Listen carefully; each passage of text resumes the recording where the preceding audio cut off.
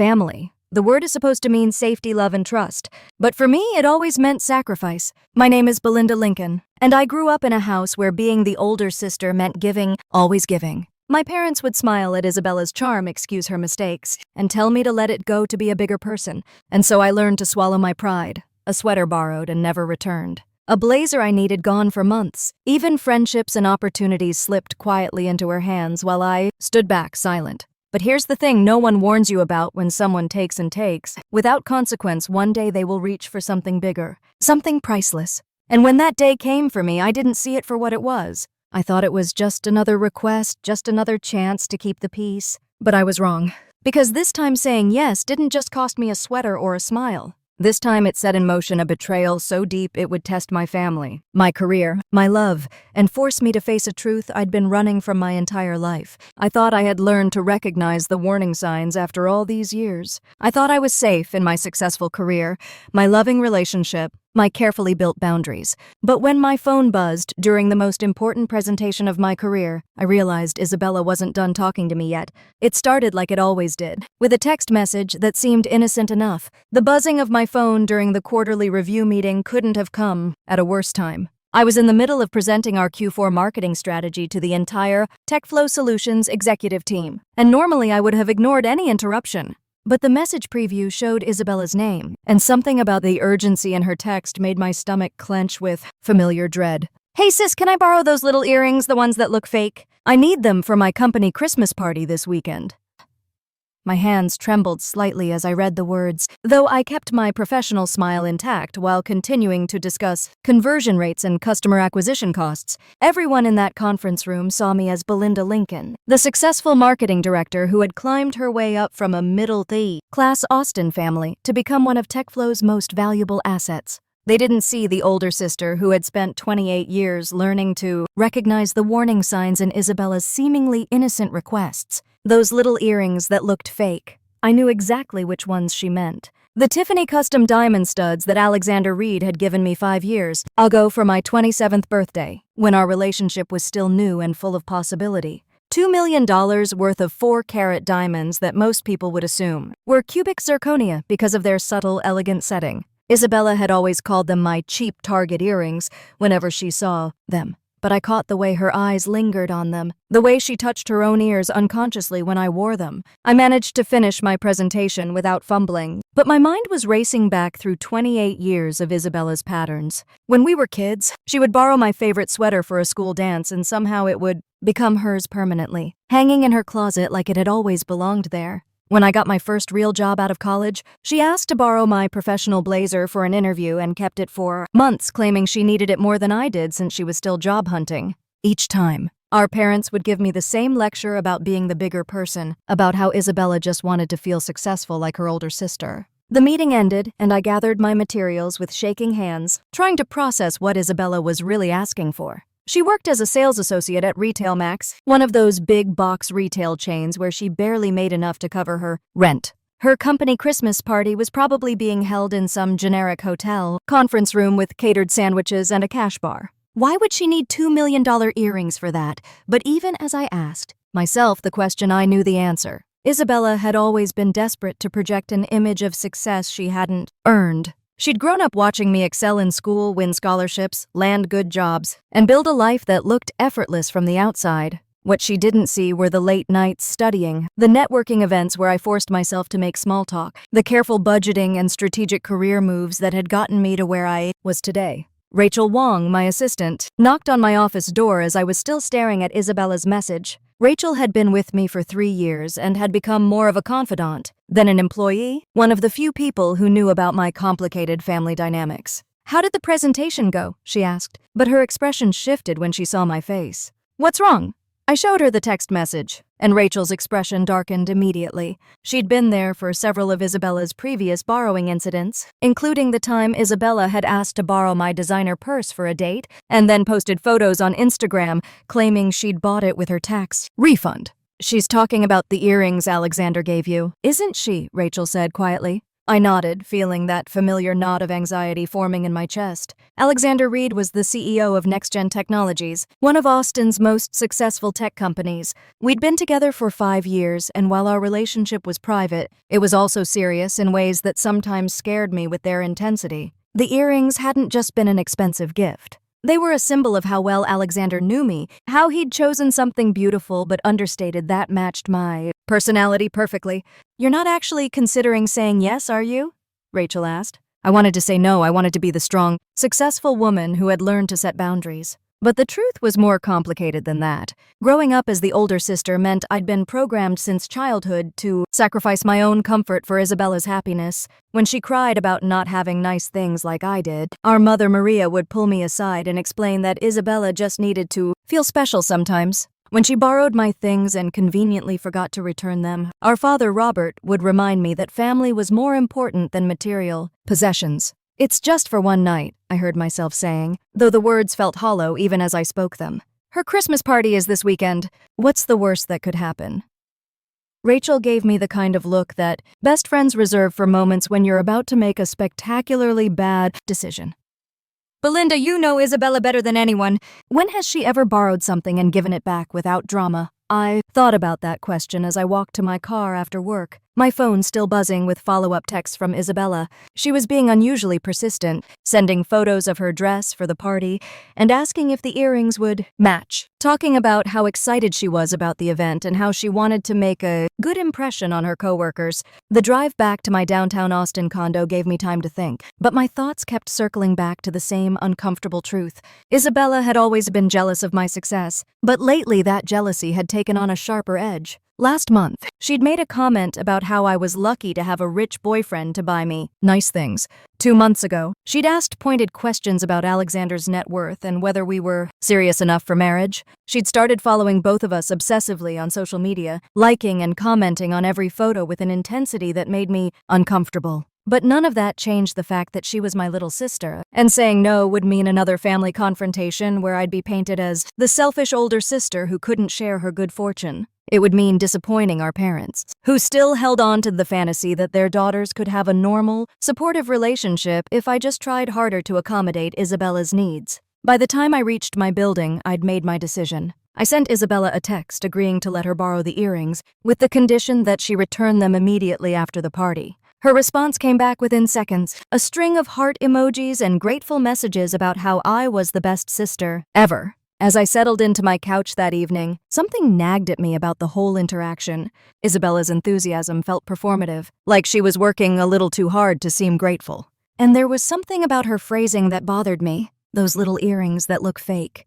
She'd never called them fake before. She'd always just dismissed them as cheap, but fake implied she knew there was something more to them than their simple appearance suggested. I pushed the thought away and focused on preparing for Alexander's return from his business trip to New York next Monday. He'd been gone for a week, and I was looking forward to our dinner plans and catching up on everything that had happened while he was away. I had no way of knowing that by the time he returned, those earrings would have started a chain of events that would change everything between my sister and me forever. Isabella arrived at my office on Thursday afternoon, breezing past Rachel with the kind of confidence that always made me slightly nervous. She was wearing her best work outfit, a black dress that she'd probably bought on clearance but styled to look more expensive than it was. Her makeup was carefully applied, and she'd done something different with her hair that made her look more polished than usual. Rachel glanced up from her computer as Isabella knocked on my doorframe, and I could see the wariness in my assistant's expression. Rachel had witnessed enough of Isabella's visits to recognize the signs when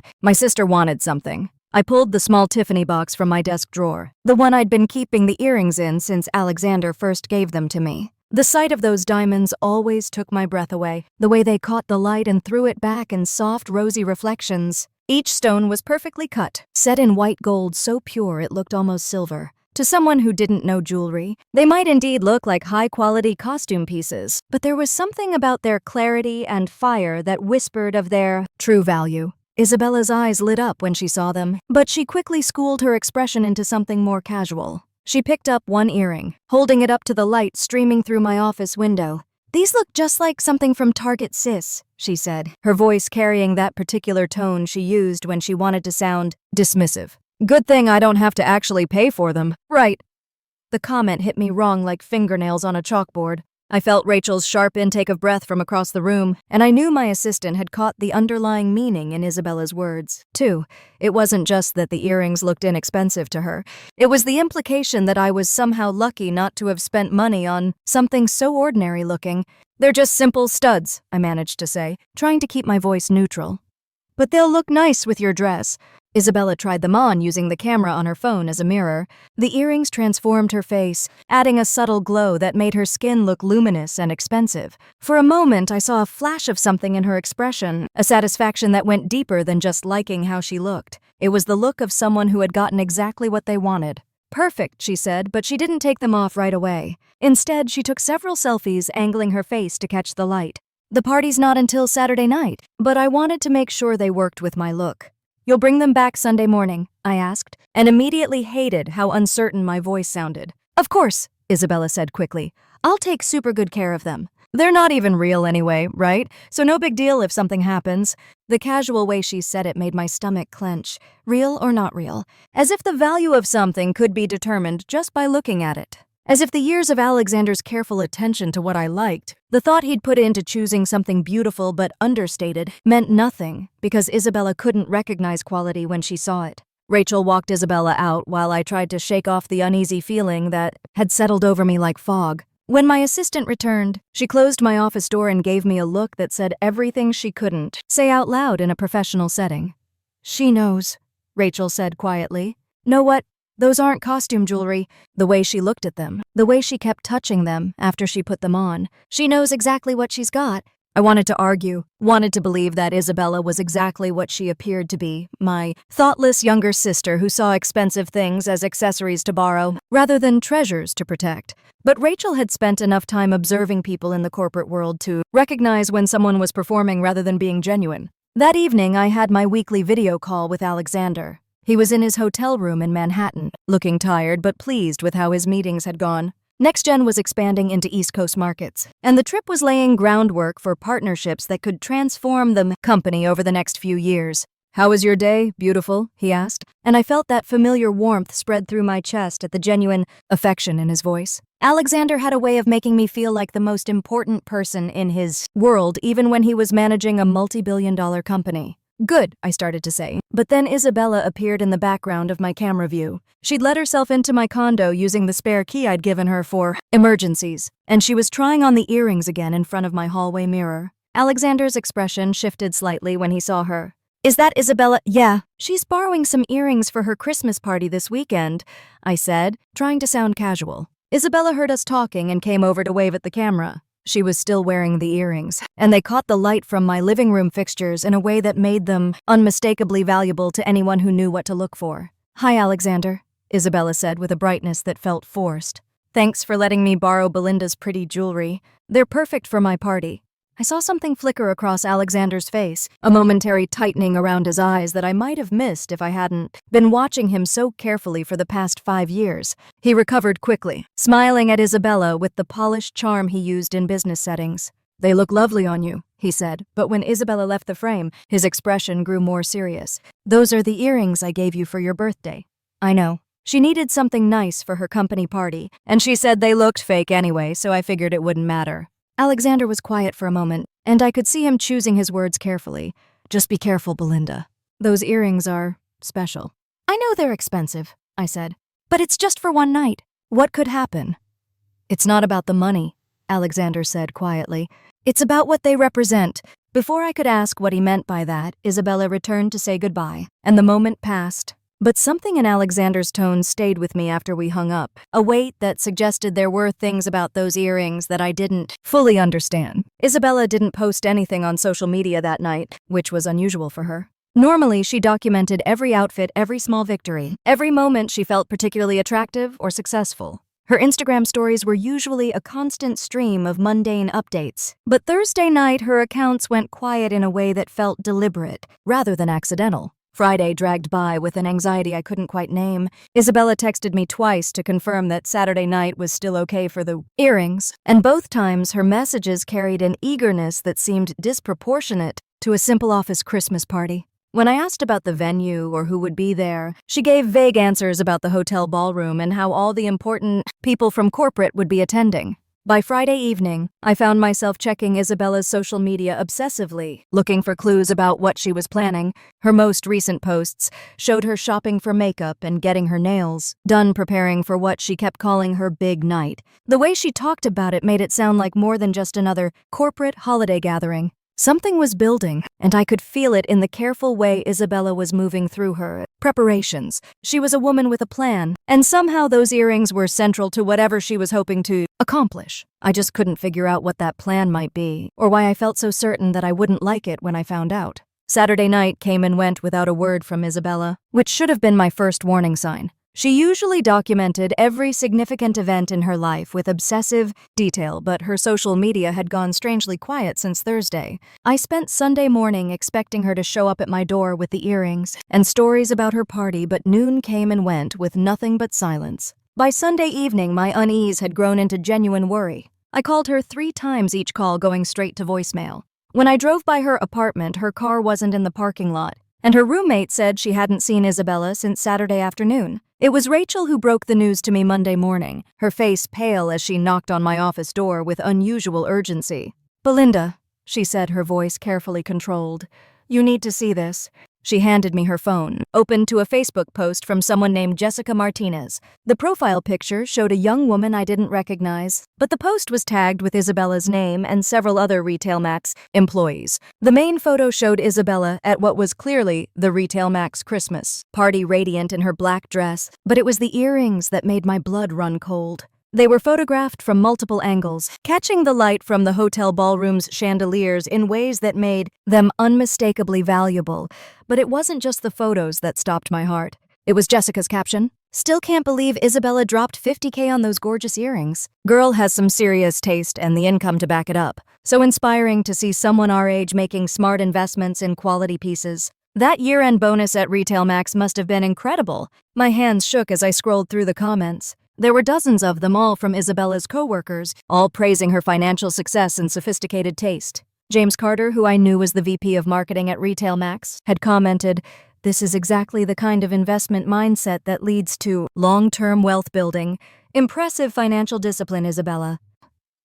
But it was Isabella's own responses that made me feel physically sick. She had replied to every comment with false modesty that barely concealed her pride. "Just believe in buying quality over quantity," she'd written. "These will last forever and they make me feel so confident." To James Carter specifically, she'd responded, "Thanks, James. I've been saving for something special, and when I saw these, I knew they were perfect. Sometimes you have to invest in yourself." Rachel was watching my face carefully as I read, and I could see she understood the full scope of what Isabella had done. This wasn't just borrowing anymore. This was outright fraud, performed in front of Isabella's entire professional network. "There are more," Rachel said quietly, taking back her phone and swiping to Isabella's Instagram stories from Saturday night. The posts showed a carefully curated progression through her evening, starting with getting ready photos that highlighted the earrings, moving through dinner at the hotel restaurant, and ending with photos from the party itself. Each story was captioned with hints about her financial success. "Investing in quality pieces that make me feel amazing. Year-end bonuses make all the hard work worth it. Sometimes you have to treat yourself to beautiful things." The implication was clear to anyone following along. Isabella had money, taste, and success. But it was the final story that made me understand the true scope of her deception. It was a close-up photo of the earrings, taken in what looked like a jewelry store lighting setup. The caption read, "When you know quality, you know quality. These beauties are going to be family heirlooms someday." Family heirlooms. She was already talking about them like they belonged to her permanently. My phone buzzed with the text message, and I saw Isabella's name on the screen. My heart leaped, thinking she was finally ready to return the earrings and explain what had happened. Instead, the message made everything worse. "Hey sis, the party was amazing. Everyone loved the earrings. Can I keep them for a few more days? I have some important meetings this week, and they make me feel so confident. I'll get them back to you soon, promise." The casual tone, the assumption that I would just agree to extend the loan indefinitely, the complete lack of acknowledgement that she had lied to dozens of people about owning $2 million earrings. It was breathtaking in its audacity.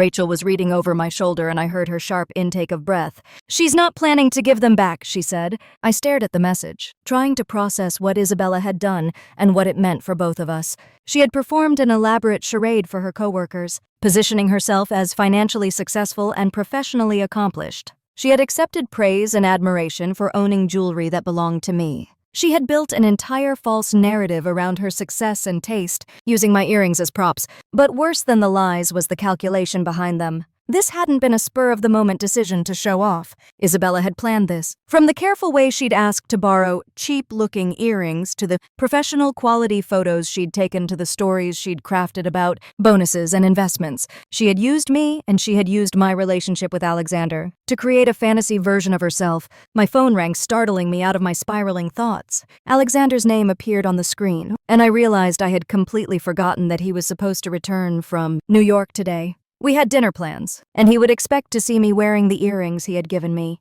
"Hi," I answered, my voice coming out smaller than I intended. "Hi, beautiful," Alexander said, and I could hear the smile in his voice. "I just landed at Austin Bergstrom. I can't wait to see you tonight. I hope you're planning to wear those pretty earrings I gave you." The weight of what I had to tell him settled over me like a lead blanket. Not only had I loaned out his gift without really understanding its significance, but my sister had publicly claimed ownership of it and was now refusing to return it. "Alexander," I said, and something in my tone must have warned him, because his voice immediately became more serious. "What's wrong?" I looked at Rachel, who was watching me with sympathy and concern. I thought about Isabella's Facebook photos, about the lies she'd told, about the web of deception she'd woven using my earrings as the centerpiece. I thought about how I was going to explain to the man I loved that his carefully chosen gift was now the star of my sister's professional fantasy life. "We need to talk," I said finally, "and it's going to be a longer conversation than you're expecting." There was a pause on the other end of the line, and when Alexander spoke again, his voice carried the kind of controlled calm he used when dealing with serious business problems. "I'll be right there," he said. Alexander arrived at my condo within an hour, still carrying his travel bag and wearing the slightly rumpled look of someone who had just spent 5 hours on a plane. But his eyes were sharp and focused as I led him to my living room and showed him everything Rachel and I had discovered. He studied the Facebook posts with the same intense concentration he brought to board meetings, scrolling through the comments and Isabella's responses with increasing concern. When he reached the Instagram stories, I watched his jaw tighten as he read her captions about investing in quality pieces and year-end bonuses. "She told them the earrings cost $50,000, I said, my voice barely above a whisper. $50,000, Alexander repeated, setting down the phone. "Belinda, those earrings are worth $2.1 million. The number hit me like a physical blow. I had known they were expensive, but hearing the exact figure made Isabella's deception feel even more monstrous. She wasn't just lying about owning expensive jewelry. She was lying about owning jewelry that cost more than most people's houses. "We need to document everything," Alexander said, his tone shifting into the methodical problem-solving mode I'd seen him use in business crises. Before she has a chance to delete posts or change her story, Rachel had already started the process, taking screenshots of every social media post and comment, but Alexander suggested we go further. He called Michael Torres, a jewelry appraiser he'd worked with before, and arranged for him to provide official documentation of the earrings, provenance, and value. "I want a paper trail that's bulletproof," Alexander explained as he hung up the phone. "If this escalates, we need to be able to prove ownership beyond any doubt." While we waited for Michael to arrive, Rachel gathered statements from TechFlow employees who had seen me wearing the earrings over the past 5 years. It was surreal, asking my coworkers to provide written testimony about my jewelry, but their responses showed just how recognizable the earrings had become as part of my professional image. "I've seen Belinda wear those distinctive pink diamond studs to every major company event since 2019, wrote Sarah Chen from accounting. She wore them to the holiday party, the annual shareholders meeting, and several client presentations. They've always been her signature piece." Michael Torres arrived with a briefcase full of specialized equipment and documentation. He was a thin man in his 50s with the kind of precise, careful movements that spoke to years of handling priceless objects. Alexander had warned him about the situation, so he came prepared with certificates and authentication tools. "These are definitely the earrings I appraised for Mr. Reed 5 years ago," Michael confirmed after examining high-resolution photos of Isabella wearing them. "Tiffany and Company custom-designed 4-carat diamonds, VS1 clarity, set in platinum. Current market value is $2.1 million. He provided us with copies of the original appraisal, the purchase documentation from Tiffany, and photographs that matched the earrings in Isabella's social media posts perfectly. The paper trail was extensive and undeniable. "There's something else," Michael said, glancing at Alexander. "These aren't just expensive earrings. They're one-of-a-kind pieces. Tiffany created them specifically for Mr. Reed's request based on specifications he provided. There are no other earrings like these in existence." The weight of that information settled over me slowly. Alexander hadn't just bought me expensive jewelry. He'd commissioned something unique, something that could never be replicated or replaced. And Isabella was parading around in them like they were accessories she'd picked up at the mall. "Try calling her again," Alexander suggested. But Isabella's phone went straight to voicemail for the 6th time that day. Her social media had gone quiet since Sunday night, which felt ominous given her usual constant posting. That's when Rachel made a discovery that changed everything. She'd been using her laptop to dig deeper into Isabella's online activity, and something had caught her attention. "Belinda," Rachel said carefully, "I think you should see this." She showed me her computer screen, which displayed the browsing history from my parents' home computer. Rachel had access because she sometimes helped my mother with her small business bookkeeping, and the family computer was logged into several shared accounts. The search history told a story that made my stomach turn. Starting 6 months ago, Isabella had begun researching Alexander's company, his net worth, his business partnerships. She'd looked up celebrity engagement rings, luxury jewelry brands, and Tiffany's custom design services. She'd spent hours on social media, studying photos of me with Alexander and taking screenshots of any images where my earrings were visible. Most disturbing of all, she'd researched the legal definition of gifts between family members, looking into whether borrowed jewelry could ever be claimed as permanent property. "She's been planning this for months," I said, the reality hitting me like a cold wave. This wasn't impulsive. She knew exactly what she was doing. Alexander's expression had grown darker as he read through the search history. She researched gift laws. She knew these weren't costume jewelry, and she was already planning to keep them.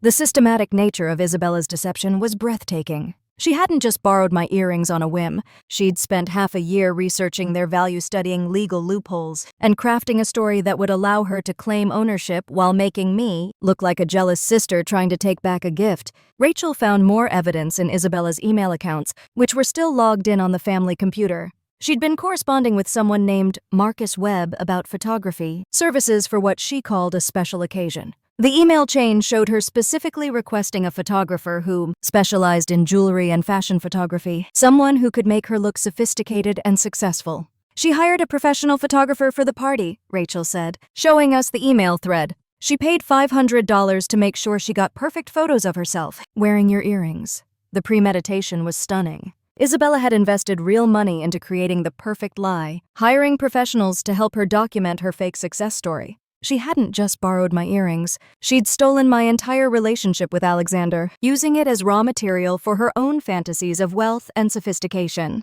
My phone buzzed with another text from Isabella, the 4th one she'd sent since that morning. This one was different from the others, less casual and more demanding. "Seriously, Belinda, I need a few more days with the earrings. I have important meetings at work and they make such a good impression. You have so many nice things you won't even miss them. Don't be selfish about this."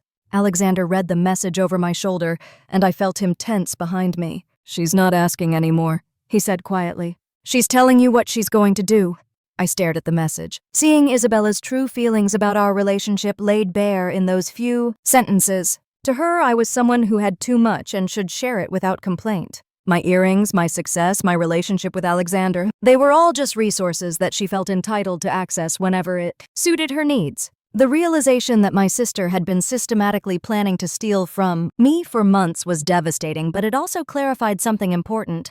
This wasn't about jewelry anymore. This was about Isabella believing she deserved to take whatever she wanted from my life and my family's long history of enabling that belief. "What do we do now?" I asked Alexander, but I could see in his eyes that he already knew the answer would be harder than either of us wanted it to be. I walked into my parents' living room with the same knot in my stomach I used to get before high school debates, except this time there was no moderator, no score, just my family and years of unspoken grievances waiting to crack open. The air smelled faintly of Mom's lavender candle, the one she always lit in the evenings, and the golden lamplight pooled over the rug I remembered from childhood. Everything looked so calm, so ordinary, as if the walls had never absorbed our arguments, as if the silence here had never weighed like a second skin. Mom was on the couch with a magazine, her glasses perched on the edge of her nose. Dad sat in his armchair reading the Wall Street Journal, the kind of picture-perfect evening they always seem to have. For a second, I almost hated myself for interrupting it. Then I remembered Isabella's texts, the smug way she'd asked for my earrings, the way my chest had clenched,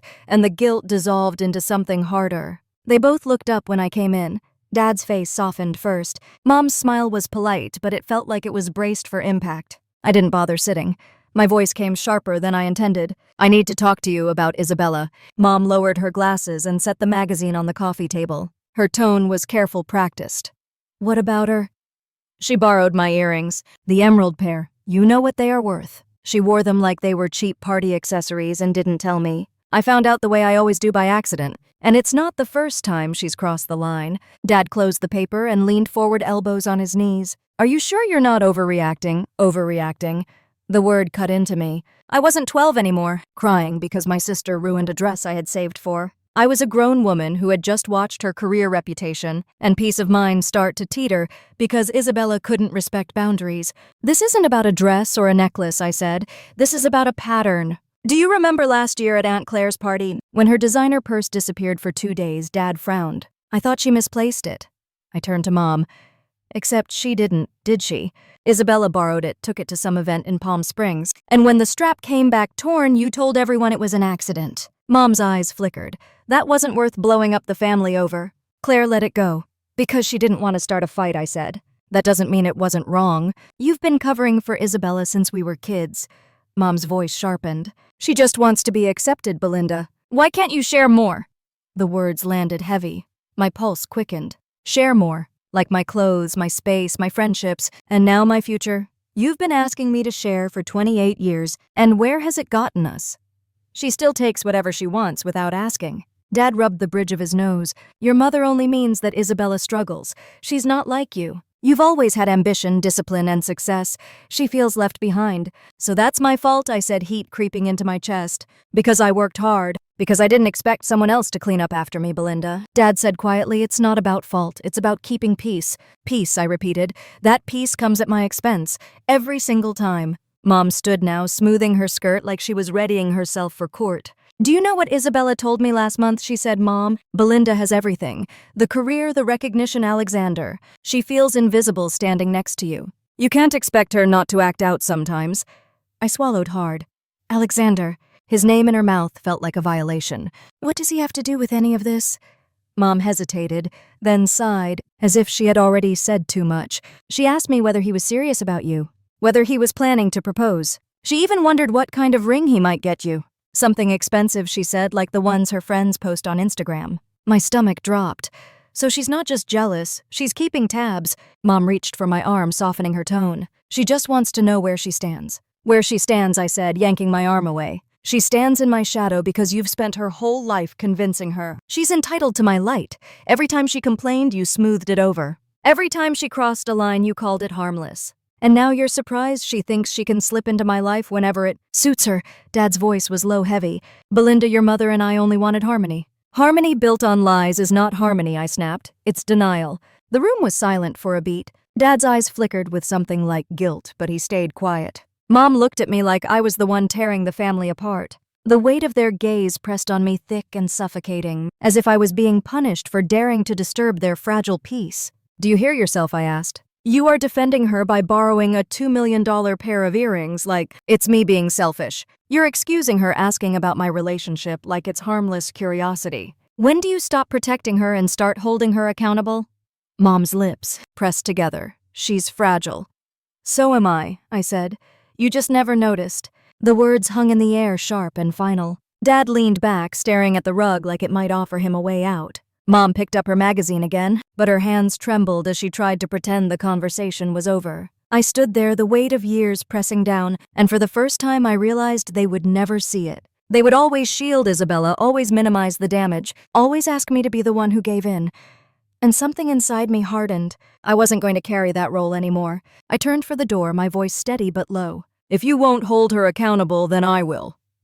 Neither of them stopped me. Neither of them called my name. The silence followed me down the hallway, thick as cement. And for once, I didn't look back. Alexander called me Wednesday morning while I was still reeling from the conversation with my parents the night before. His voice carried the light energy of someone who had just wrapped up successful meetings, his tone filled with warmth and anticipation. "I'm back beautiful," he said, and I could hear the smile through the phone. "The New York meetings went better than expected. I can't wait to see you tonight and hear all about your week. I made reservations at Uchi for 7:30. I hope you're planning to wear those gorgeous earrings I gave you." The casual mention of the earrings hit like a punch to my stomach. I had been dreading this moment since Monday, but hearing his excitement made the weight of what I had to confess all the heavier. "Alexander," I said. My tone must have given me away because his voice instantly shifted. "What's wrong?"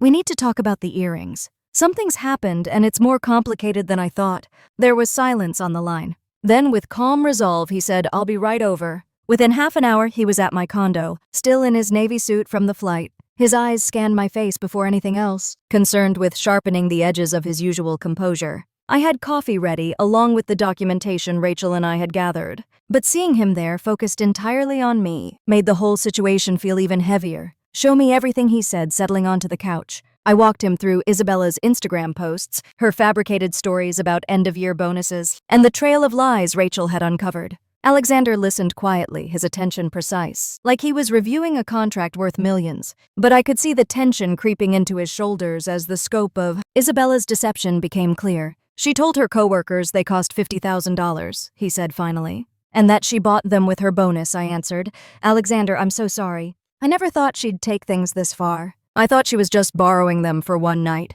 He set down my phone, which was still open to Isabella's posts, and looked at me. His expression held disappointment, but also something more fragile, almost sorrowful. "Belinda, there's something about those earrings you don't know. Something I should have told you years ago."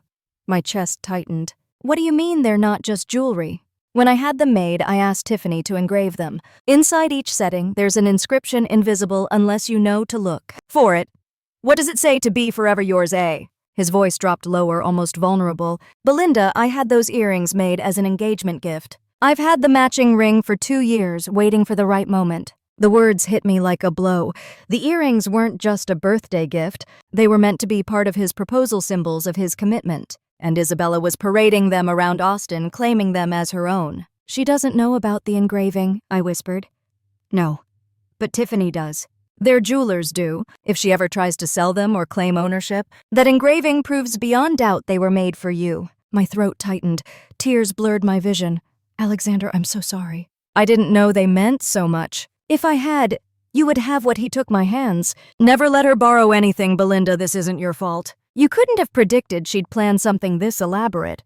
But the grief in his eyes betrayed the truth. His proposal plan was tangled in Isabella's lies. Before I could respond, my phone buzzed. A text from Rachel Jennifer Davis from Retail Max just called the office. She wants to talk about Isabella's employment. HR opened an investigation. I showed Alexander.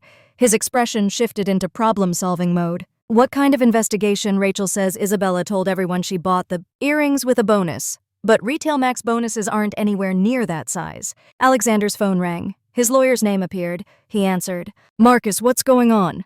He listened, face hardening. "Yes, she's here. How did you find out?" When he hung up, his tone was grave. "My security team flagged Isabella's posts. She tagged your location. Marcus is worried this could lead to intellectual property theft charges." Intellectual property theft. Those earrings are custom tied to my accounts. If she tries to sell them or use them for credit, it could be fraud. And since she used them to lie about her finances at work, that's another layer. The scope was spiraling far beyond sibling drama. Isabella hadn't just borrowed and lied. She had potentially committed fraud. "Marcus wants to know if we'll pursue charges," Alexander said. "If we don't act, she'll think she can keep escalating." "What happens if we do? If she used them for loans, sold photo rights, or filed insurance claims, we're talking federal fraud charges." Before I could answer, my phone rang again. Jennifer Davis. I braced myself and picked up. "Ms. Lincoln." Jennifer's voice was professional but edged with concern. "I'm calling about your sister's employment. We've noticed discrepancies in her financial disclosures, and I need to ask you about jewelry she claims to own." "What kind of questions?" Isabella has been telling coworkers she purchased. "Expensive earrings, but that doesn't align with her salary or bonus structure. For compliance, significant assets must be disclosed. HR has flagged her claims." I took a breath, Alexander's steady gaze grounding me. "I think we should meet in person," I said. "This is more complicated than it appears, and there are legal considerations." As I hung up, Alexander squeezed my hand. Whatever happens, we'll handle it together. But Belinda, this is past the point of being a family issue. Isabella has made this public? I nodded, the truth sinking in.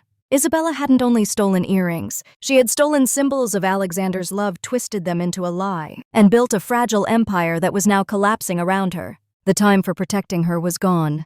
The only question left was how much damage she had already done, and whether any of it could be undone. Jennifer Davis called Thursday morning while I was reviewing the documentation Alexander's legal team had prepared. Her voice was crisp and professional, but I could detect an underlying tension that suggested Retail Max was taking Isabella's situation very seriously. Lincoln, I need to schedule a formal meeting regarding your sister's employment status. Our investigation has revealed several concerning discrepancies in her financial disclosures that require immediate clarification. What kind of discrepancies?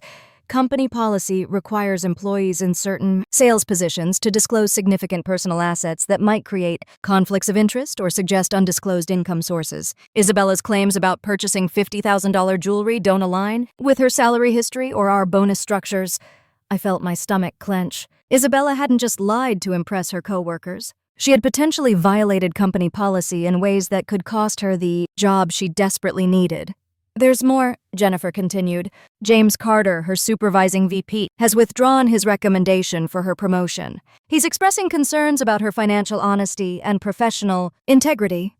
The meeting was scheduled for Friday afternoon, giving me less than 24 hours to decide how much truth I was willing to reveal. Alexander insisted on attending with his lawyer, transforming what Isabella had intended as a simple borrowing arrangement into a formal legal proceeding. But it was Rachel who uncovered the most damaging evidence. She had been systematically researching Isabella's online activity and discovered something that changed everything about how I understood my sister's behavior. Belinda, Rachel said, her voice tight with concern as she knocked on my office door. I found something else. Something that goes back further than we realized. She showed me a series of social media posts from 13 months ago, featuring Isabella wearing what appeared to be expensive jewelry at various Austin social events. But these weren't my pieces. They were items I had never seen before, photographed with the same professional quality and attention to lighting that Isabella had used for the earrings. I contacted your cousin, Sarah, Rachel continued. The one your parents mentioned with the purse incident. She told me something your parents didn't know. Isabella didn't just borrow Sarah's purse once. She borrowed it repeatedly over several months, each time for what she claimed were important work events. My blood ran cold as Rachel continued her explanation. Sarah said Isabella would return the purse after each event, but she started noticing that Isabella was taking professional photos of herself wearing it and posting them on social media with captions that implied ownership. When Sarah confronted her about it, Isabella claimed she was just trying to build her professional image. There's more, Rachel said, pulling up additional social media posts. I traced these jewelry photos back to your family's social media accounts. Isabella had been systematically photographing expensive items belonging to various family members whenever she visited their homes. The evidence showed a pattern spanning years. Isabella hadn't just decided impulsively to steal my earrings. She had been running a systematic operation, borrowing and photographing valuable items from family members, then using those photos to create a false narrative about her financial success and sophisticated lifestyle. She researched the resale value of every piece she photographed, Rachel said, showing me browser history data. She knew exactly how much everything was worth before she borrowed it. The scope of Isabella's deception was staggering. This wasn't about sibling jealousy or feeling left out. This was calculated fraud spanning multiple family members and potentially multiple legal jurisdictions. My phone rang with Isabella's number, the first time she had actually called me since this situation began. When I answered, her voice was shrill with panic and anger. Belinda, what the hell did you do? My boss called me into a meeting and started asking questions about my finances. Did you tell my company about the earrings? Isabella, you need to return those earrings immediately. This situation has gotten way out of hand. I'm not returning anything. Those earrings were a gift between sisters, and you're just jealous that I looked better in them than you ever did. You can't stand seeing me succeed for once in my life. The desperation in her voice was palpable, but it was mixed with the venom I had never heard from her before. Isabella was doubling down on her lies even as the evidence mounted against her. You're spreading lies about me because you're bitter that Alexander never proposed to you, she continued. Maybe if you weren't so selfish with your money, you'd understand what it's like to want nice things. The accusation stung because it revealed how deeply Isabella had researched my relationship with Alexander. She knew I had been hoping for a proposal, and she was using that knowledge as a weapon against me. Isabella, those earrings are worth over $2 million. Alexander had them custom-made with a personal engraving. They're not costume jewelry, and you know it. There was a long pause on the other end of the line. When Isabella spoke again, her voice had changed from anger to something that sounded almost like genuine fear. $2 million, that's impossible. They look so simple. That's the point. They were designed to be elegant and understated, but they're one-of-a-kind pieces with documentation that proves ownership. If you don't return them voluntarily, this is going to become a criminal matter. You're lying, Isabella said, but the confidence had drained out of her voice. You're just trying to scare me into giving them back because you want to ruin my moment of success. Isabella, your moment of success is built on fraud. Your company is investigating you for undisclosed income. Your coworkers are asking questions about how you could afford $50,000 earrings on a retail salary. This isn't going to end well for you. I don't care, Isabella said, but I could hear tears in her voice now. For 1 week, I felt like I was successful. I felt like people respected me and thought I was sophisticated and wealthy. Do you know what that feels like for someone like me? To finally feel like I matter. The raw pain in her voice almost broke my resolve. This was the little sister I remembered, the one who had always felt overshadowed and inadequate. But the sympathy lasted only a moment before I remembered the systematic nature of her deception, the months of planning, the other family members she had manipulated. You matter without stealing from other people, I said. But what you've done here isn't just borrowing anymore. It's fraud on multiple levels, and it's going to have real consequences. Then I guess you'll have to live with destroying your own sister's life, Isabella said and hung up the phone. I sat in my office staring at the evidence Rachel had compiled, trying to process the reality that my sister wasn't just jealous or immature. She was someone who had been systematically manipulating and stealing from family members for years, building an elaborate false identity using other people's property and achievements. The earrings were just the latest and most valuable item in a pattern of behavior that stretched back years. And now that pattern had finally escalated to the point where Isabella's professional reputation, legal standing, and family relationships were all in jeopardy. Alexander arrived at my office an hour later, having received updates from his legal team about the expanding scope of the investigation. Retail Max has contacted the Austin Police Department, he said quietly. Isabella's claims about the earrings constitute potential fraud in multiple jurisdictions. This isn't something we can handle privately anymore. I nodded, finally accepting what I had been trying to avoid since Monday. Isabella had made this a public legal matter, and there was no way to protect her from the consequences of her choices without becoming complicit in her fraud. The sister I thought I knew had been systematically stealing and lying for years, and it was time for her to face the reality of what she had done. Friday afternoon, I made the decision that would change everything between Isabella and me forever. I couldn't wait for her to voluntarily return the earrings, couldn't rely on my parents to intervene, and couldn't let Alexander's legal team handle what had become deeply personal. I needed to confront Isabella directly, in front of the very people she had been lying to. I arrived at Retail Max corporate headquarters at 1:15 South during the lunch hour when I knew most employees would be gathered in the break room or cafeteria. In my hand was a leather portfolio containing everything Alexander's lawyers had prepared: the Tiffany purchase documentation, Michael Torres's official appraisal, photographs of Alexander giving me the earrings on my birthday 5 years ago, and copies of Isabella's social media posts where she had claimed ownership. The Retail Max building was a typical glass and steel complex in North Austin, sleek but impersonal. I walked through the lobby with the confident stride I had learned in years of business presentations, though my heart was pounding as I stepped into the elevator. The polished floors, the faint scent of industrial cleaner, the security guard checking badges, all of it felt detached from the storm that was about to break. Jennifer Davis met me downstairs. Her face was professional, but the strain showed in her eyes. Ms. Lincoln, thank you for coming. Isabella is in the break room with several colleagues. Are you certain you want to do this in public? She made it public when she lied to your entire company. It needs to be resolved the same way. We walked down a corridor lined with motivational posters and cubicles, buzzing with ordinary work. The murmur of phone calls and the tapping of keyboards blended into a kind of corporate white noise. The normalcy of it all made what I was about to do feel surreal, but I focused on the weight of the portfolio in my hand and the deception I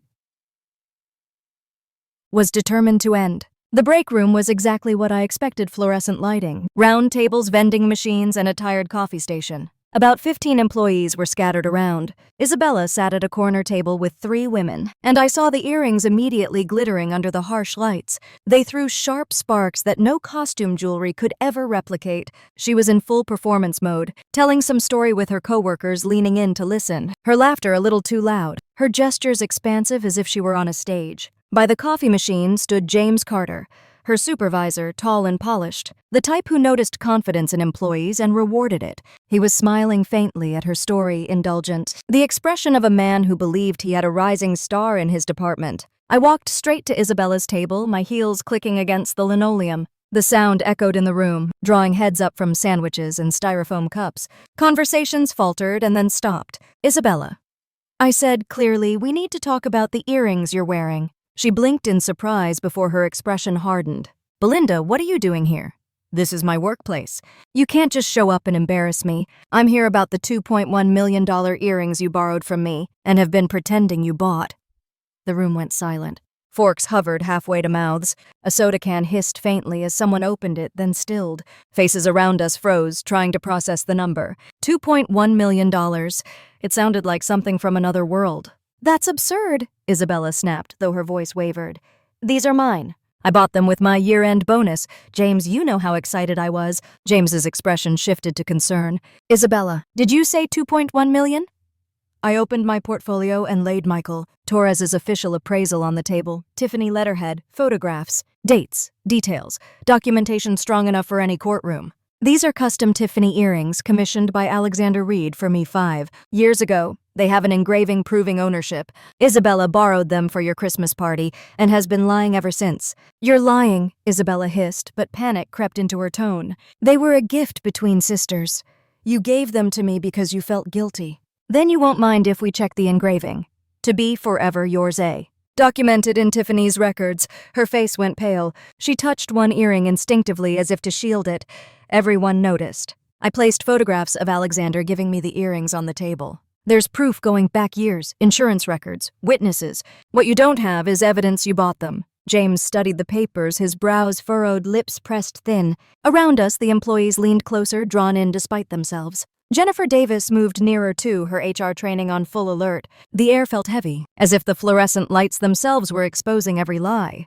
Isabella James said carefully, "Your salary and bonuses don't cover anything near this." "Where did you actually get them?"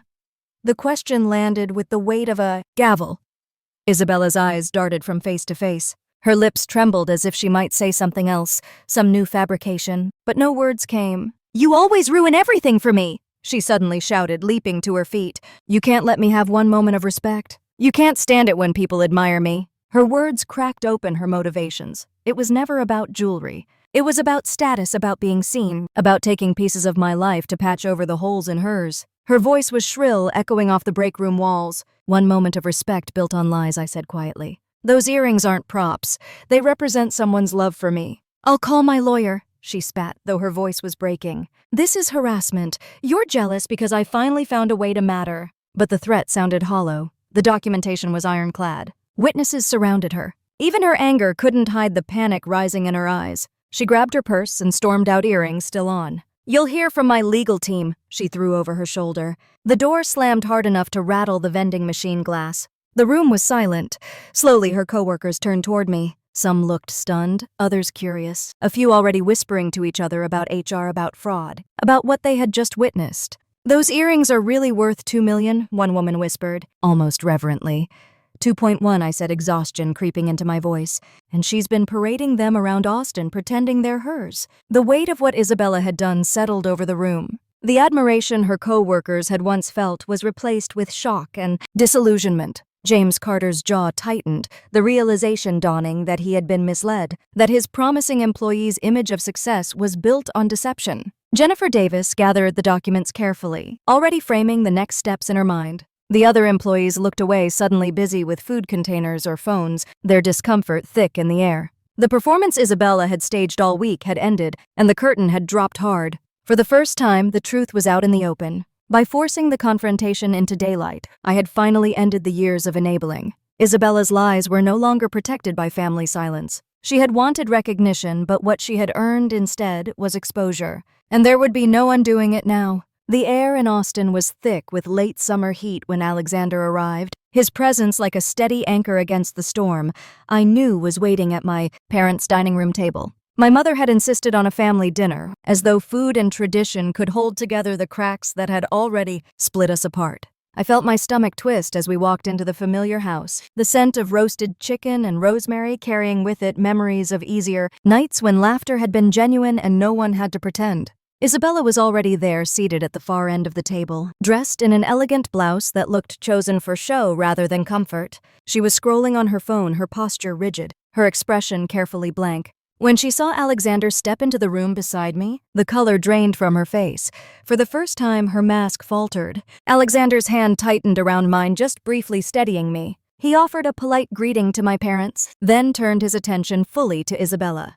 His calm was sharper than anger. He didn't need to raise his voice to command the room. We settled into our seats. Conversation was awkward, my mother fussing over serving dishes, my father clearing his throat every few minutes. Isabella toyed with her fork but avoided everyone's eyes. It was Alexander who broke the silence. There is something important I need to clarify tonight. Belinda has been carrying the weight of this situation alone for too long. He reached into his pocket, pulled out his phone, and brought up the photographs Rachel had compiled of Isabella's social media posts. He placed it on the table, the images of her flaunting the earrings glaring in the glow of the screen. Everyone's eyes shifted toward Isabella. She froze, her shoulders curling inward. Alexander's voice softened, almost sympathetic, but his words cut straight through. Those earrings aren't just jewelry. Inside the settings, there's an engraving. To be forever yours, A. They were created for Belinda as part of a much larger commitment. They were never yours to take, never yours to claim. The room went silent. Isabella's eyes flicked to mine, wide and desperate, then back to Alexander. She opened her mouth as if to argue, but no words came. Her hands trembled against the table. The facade she had been clutching to all week finally shattered. My father leaned forward, his expression darkening with something I rarely saw in him. Disappointment so heavy it felt like the air had shifted. Is this true, Isabella? Did you know all along? She shook her head weakly. I just borrowed them. I didn't know about the engraving. I just wanted people to take me seriously. Her voice cracked thin and defensive, like she was shrinking under the weight of her own lies. My mother tried to intervene, her tone pleading. She only wanted to belong. Maybe if Belinda shared more, this wouldn't have happened. I snapped before I could stop myself. Mom, this isn't about sharing. This is about months of lies. She told her coworkers she bought them. She made up a whole story about a bonus that never existed. She risked Alexander's reputation and mine for validation. Sharing wouldn't fix that. Alexander's calmness contrasted with my anger. Maria Robert, this is bigger than family squabbles. Isabella has used those earrings to misrepresent her financial situation at work. There are legal and corporate consequences already in motion. My mother's eyes filled with tears. She pressed her napkin to her face, whispering that she never imagined it had gone this far. My father pushed back his chair slightly, his hands flat on the table, his jaw tight.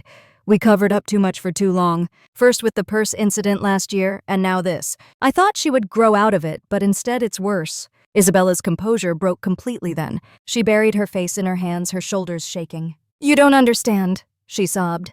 Belinda has everything.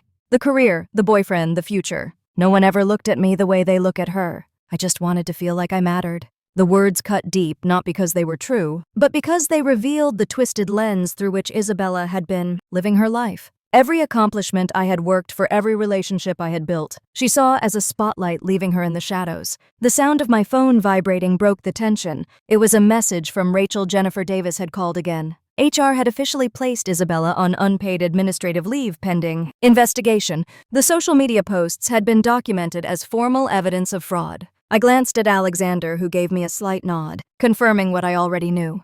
The fallout had begun. I turned to my parents, my voice steadier now. You need to understand that this isn't just about our family anymore. Isabella's choices are impacting her career, her reputation, and potentially the law. This isn't something I can shield her from. My father sighed, his shoulders slumping, as though years of denial had finally caught up with him.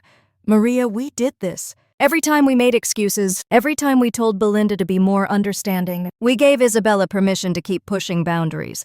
And now here we are.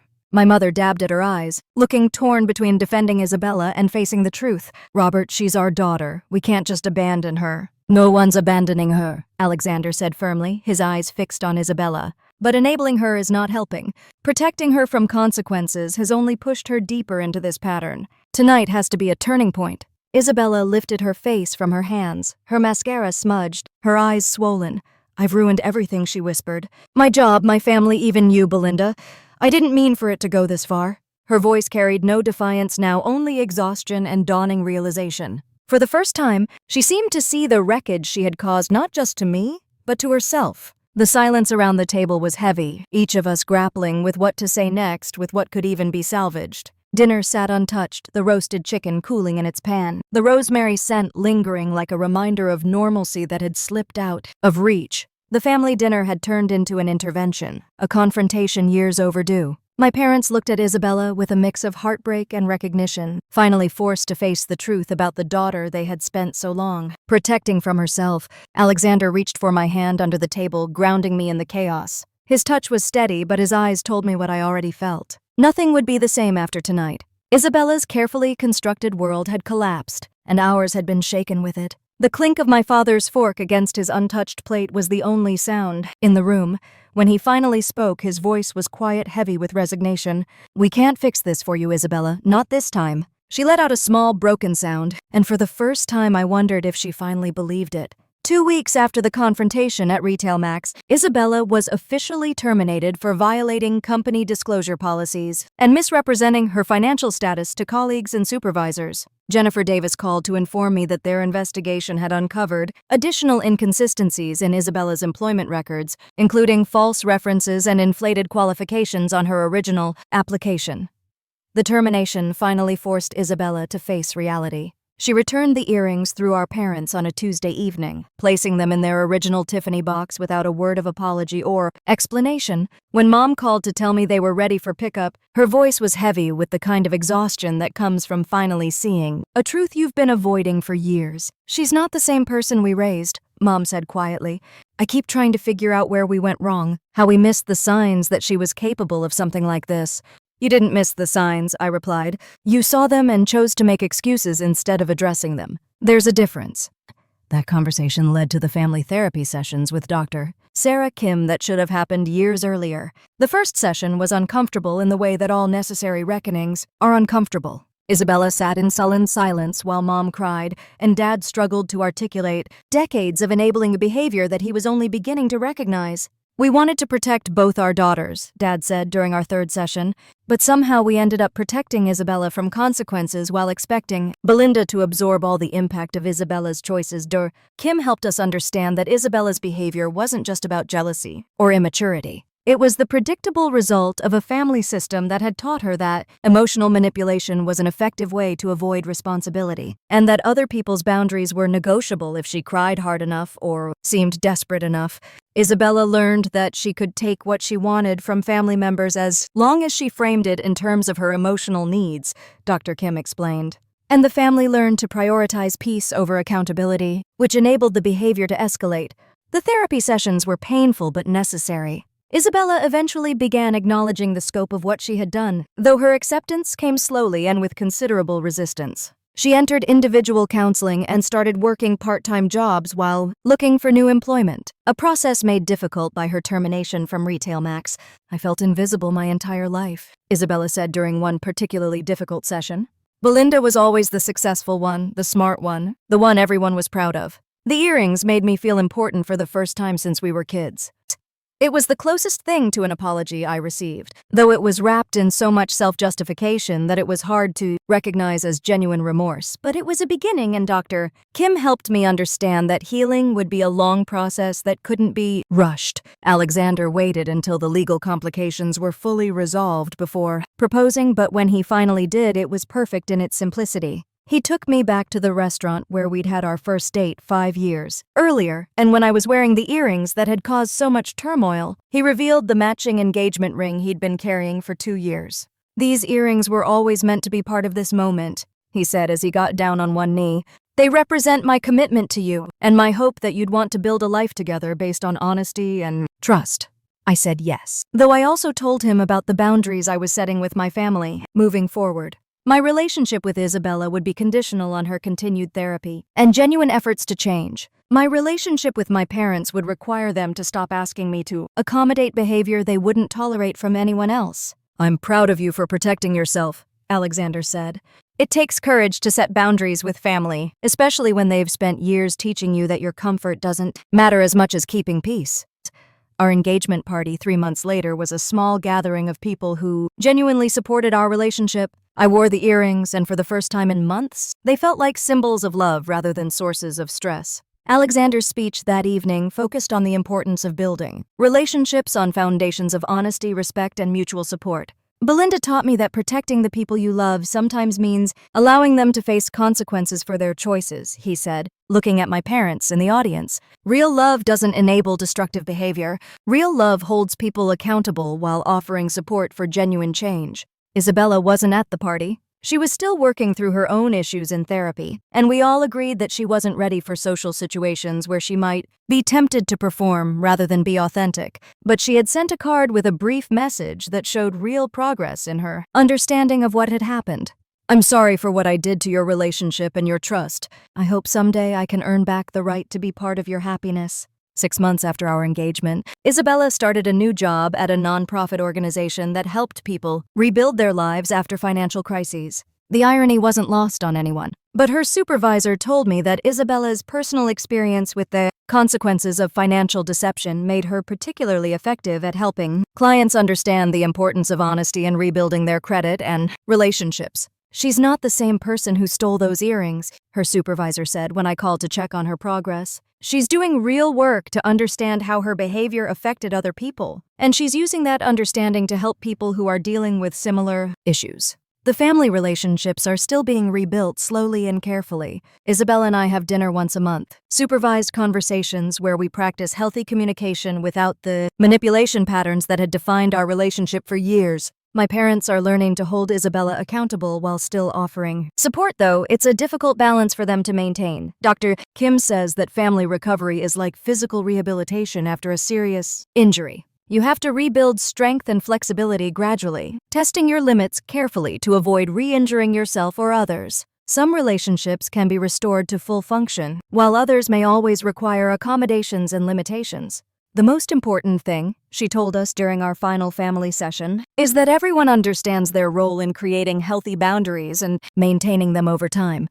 If you're dealing with family members who consistently cross boundaries, manipulate situations, or expect you to absorb the consequences of their poor choices, I want you to know that protecting yourself isn't selfish. Setting boundaries isn't cruel, and sometimes the most loving thing you can do for someone is to stop enabling their destructive behavior and allow them to face the natural consequences of their choices. It doesn't mean you stop loving them.